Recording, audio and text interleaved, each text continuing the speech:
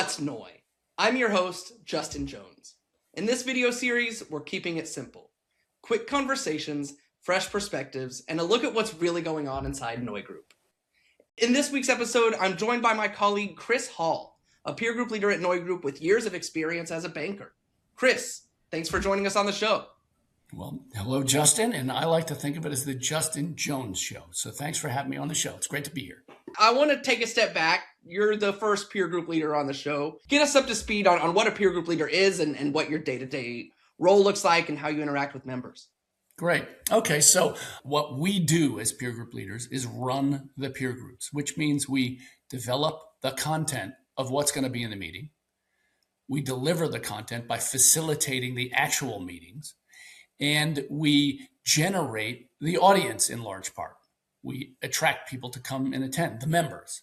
So that's pretty much what we do. It's been about 4 years that I've been doing this after a long career in banking at JPMorgan, Deutsche Bank and Mizuho. And so far, it's been a great experience, and we're growing, and we're having a really a fun time and adding value to members and sponsors. For a layperson, what does a NeuGroup meeting look like in practice? Who's going and what's the moment-to-moment experience? Okay, so for example, I run the Technology Treasurers Group. It's the mega cap technology treasurers. And we've got about 50 members, which are the largest technology companies, predominantly based in the United States.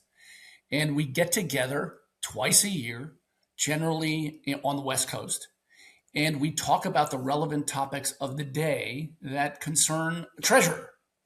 And that could be anything from how do I use AI in my treasury workflows to how do I set up a treasury center in India to what treasury management system do I use to I've got a lot of capital markets activity. What should I do to finance myself? So it is the topics that treasurers are relevantly going to exchange with one another about what they do in their jobs. Before you worked at NeuGroup, you were a banker. What was your experience like interacting with NeuGroup meetings before you became a peer group leader? Well, that's really good, Justin. So early on in my career, I was a sponsor of a meeting, which means I'm the bank on the other end of the meeting who's providing some funding for the meeting. And I walked into the room and there were 10 companies, 10 clients that I knew, and 15 that I didn't know. And I thought, this is fantastic. I get to spend a day with these companies, not just me one-on-one, but me in a bigger group listening to what their concerns are. I then moved to another firm, Mizuho, and we had a large meeting for one of their biggest clients. And again, I was the sponsor. I was there, I was organizing it. And what happened at that kind of a meeting is we got to bring in our product specialists. They got to be there for a day and a half. And the product people loved it, the relationship people loved it, and the company loved it. And I thought this is a great way to interact with people. And then for a short stint, I was at a fintech, same kind of thing, but it was during COVID, so it was virtual. So in the virtual meeting, we had this great exchange about what our product was and who might be interested in it. So in 3 instances along a long period of time, I was exposed to NeuGroup and what it did. And so when I was looking for my next thing, I thought I would love to be that person at NeuGroup interacting with the banks or the sponsors and the members. So that's what got me here. So you've got a really unique perspective where you saw how NeuGroup worked from the outside and now you've seen how it works from the inside.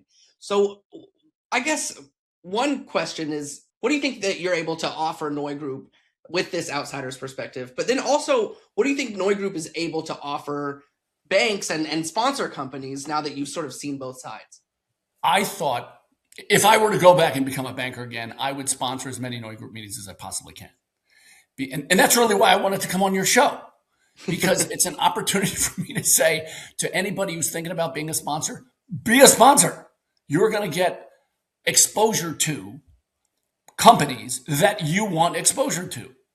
And while you are not doing a one-on-one pitch, what you get to do is sit in a room and listen to what they have to say while having an opportunity to provide thought leadership through structured sessions that me as a peer group leader will design with you. So you get your message out to the members while you also get to listen to what their top of mind concerns are. So what I like to say kind of bluntly is, you just should do a NeuGroup meeting. And I'm not trying to sell it. It's just, I wish I knew now. No, I wish I knew then what I know now. So that's my message, really.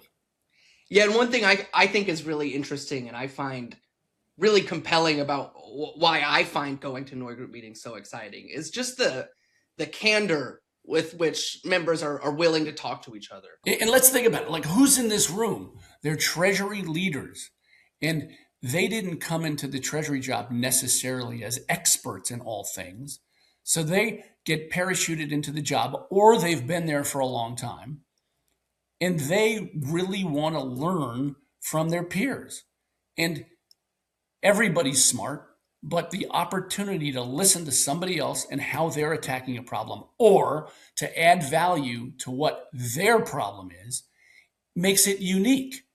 And that is not, yes, the room is bankers and corporates, but it's not a pitch of any particular item. It's a meeting where people are working on outcomes that they want to create, and we facilitate the outcome.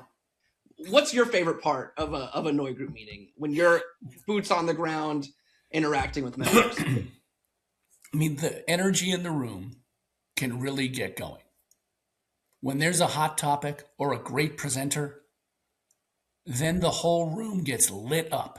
The ideas fly. The thought leadership is present. People all are raising their hands. They're jumping in. They're getting involved. And that is a sight to behold. You see people just getting in there, participating. Another way to say it is pretty cool. And it is definitely unique. And when you get a room going, it's fabulous. And then people connect. Let's say I'm a company and I'm new in the job. I need to know my peers and they want to connect. So they connect. And we facilitate this also through other means, through our website, through our groups that we generate, through all kind. If somebody wants a connection, we make the connection for them. So that's kind of my favorite part, making the connections. So Chris, when you're in the room facilitating a NeuGroup meeting, what's going through your mind and how to make sure it goes perfectly? What, in essence, makes a great NeuGroup meeting? It's that moment or moments when people have insights.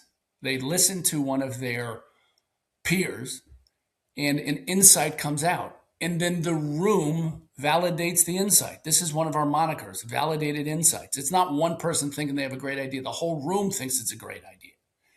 And then the other part of it is we are working with our members to get them further along the outcome that they want. And that's the other part of our moniker, enabled outcomes. So that's what we're trying to do. And when you get that going in a room, it's a great vibe, it's a great energy, and we know we're adding value to everybody in the room. People come back to us and say, I have saved so much money by talking to my peers, or I got this great idea and look what I did with it. So that's the validated insights, the enabled outcomes that we generate. It's great when we do it. You get value out of NeuGroup meetings only based on what others in the room are willing to share. And so it really is a two-way street where members are helping to brainstorm and solve problems together. When people are really open and the ideas are flying, there's a magic to it. Yeah, and we've created this new aspect to our meetings called execution sprints. And in an execution sprint, we'll ask somebody, what is the one thing that you are trying to move forward?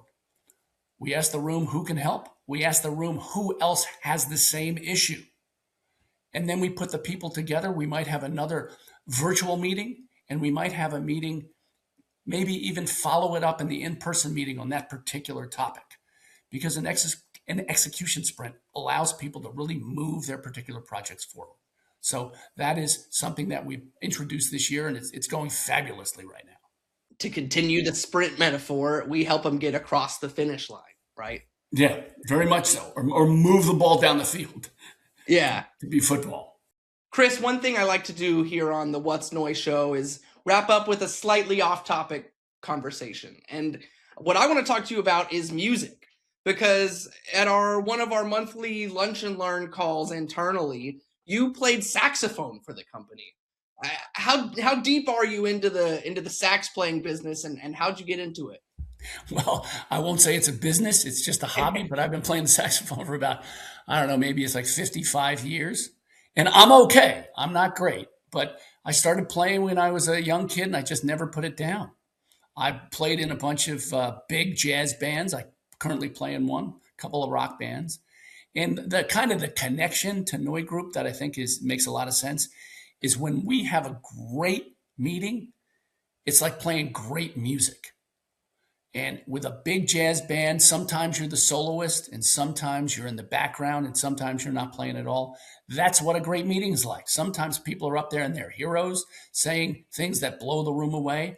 And a lot of times people are just there going, wow, that's great, getting insights. And so that's kind of my connection there. But yeah, I play the saxophone. As I say, I'm not fabulous, but I love doing it. It's a lot of fun.